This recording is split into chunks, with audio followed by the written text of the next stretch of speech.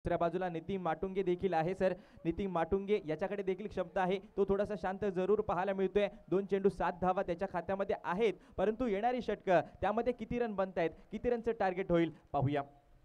कल पे सबसे बड़ी बात है 2 ओवर ने चर्चा करने के लिए मजबूर किया। देखिए ये जो सारे खिलाड़ी है रत्नागिरी जेट के वो चर्चा कर रहे हैं, मजबूर किया गया। 35 रन स्कोर बोर्ड पर है, जिसमें संदीप मकवाना डोमिनेट कर रहे हैं, बहुत अच्छी बल्लेबाजी कर रहे हैं। सूरज के बिना सुबह नहीं होती, चांद के बिना रात नहीं होती, बिन बादल बरसात नहीं होती। तैयार है कॉम्बॉक्स में हमारे साथ ही कमेंटेटर कल्पेश भी तैयार। Over to combox.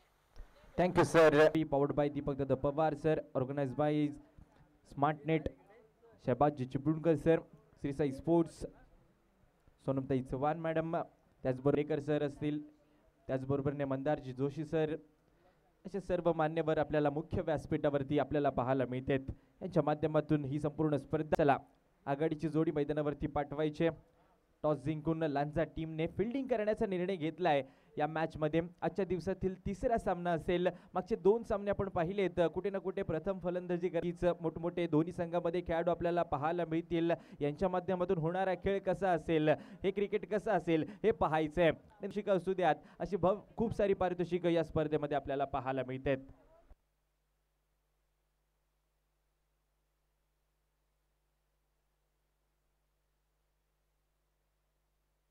एका बाजूला आहे तिरुपती सावंत टीम, सोनमताई चव्हाण मॅडम, दिनेशजी माईन सर, दिवाकरजी मयेकर सर, दीपकजी मोरे सर असतील. या सर्वांचा नक्कीच तिसरा सामना आपल्या समोर पाहायला मिळतोय. एका बाजूला युवा 11 लांजा, तर दुसऱ्या बाजूला तिरुपती सावंत टीम.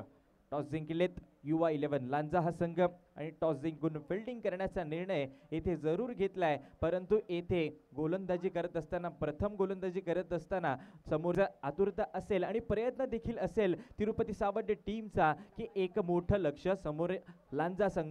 हे 2 बॅटर्स मैदानावरती आपल्याला पाहायला मिळत आहेत. त्यांच्या माध्यमातून चांगली खेळी होईल का असे प्रश्न जरूर आहेत, परंतु या सर्व प्रश्नांची उत्तरे आता थोड्याच वेळात आपल्याला पाहायला मिळेल. पहिले षटक हे पॉवर प्लेचं असेल आणि याच दरम्यान आपण पाहिलं गेलं तर जे की 4थं षटक येतंय या स्पर्धेमध्ये, ते 4थं षटक देखिए तो इन्होंने 2 मीटर के अंदर गेंदबाजी की, 4 मीटर के अंदर गेंदबाजी की और एंगल बना के राउंड विकेट आप गेंदबाजी कर तो खूप चांगली सुरुवात करून तर दिली आहे राजने. तर पाहूया येणाऱ्या षटकांमध्ये गोलंदाजी अशीच कायम राहिली तर नक्कीच थोडंसं कमी लक्ष पाहायला मिळू शकतं आणि तेच आवश्यक असेल फिल्डिंग करणाऱ्या टीमला. तर पाहूया गोलंदाजी करण्यासाठी आता पाहायला मिळेल cricket.inचं. तर गोलंदाजी करण्यासाठी आपल्याला पाहायला मिळेल बिलाल गोलंदाजी करण्यासाठी. विनायक कुले और प्रदीप ने मेला लूटा। स्कोर 37 पर 2.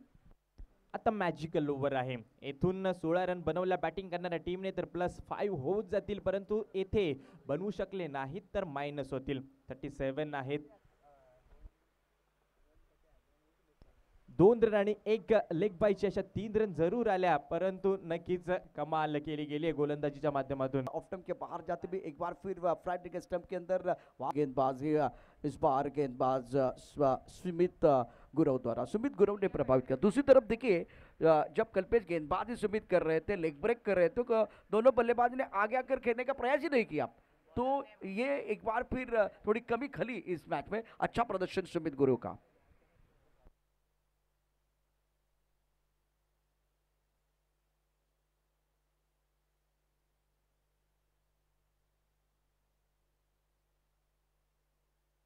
नेक्स्ट मॅच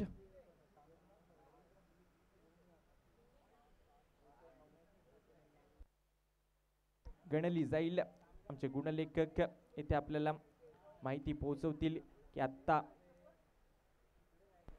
44 रन झाल्यात आणि 45 म्हणजेच 45 धावांचं टार्गेट आहे.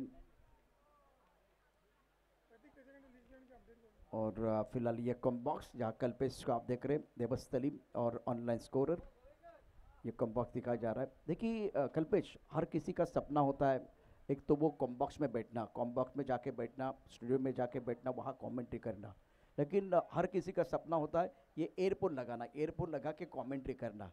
तो अर्थात बॅटिंग काढणे केलं आपल्यासमोर आहे संदीप मकवाना 42 धावा, एक विकेट. खूप चांगल्या स्पर्धा तिथे होतात आणि मिडबामधली मानाची स्पर्धा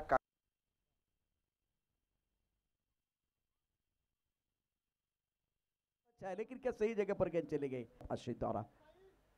और एक अच्छी गेंद, बहुत अच्छी गेंद, बल्ले का बाहरी किनारा, बल्लेबाज बैकफुट पर पुल करना चाह रहे थे, विकेट कीपर ने अच्छा कैच लपका।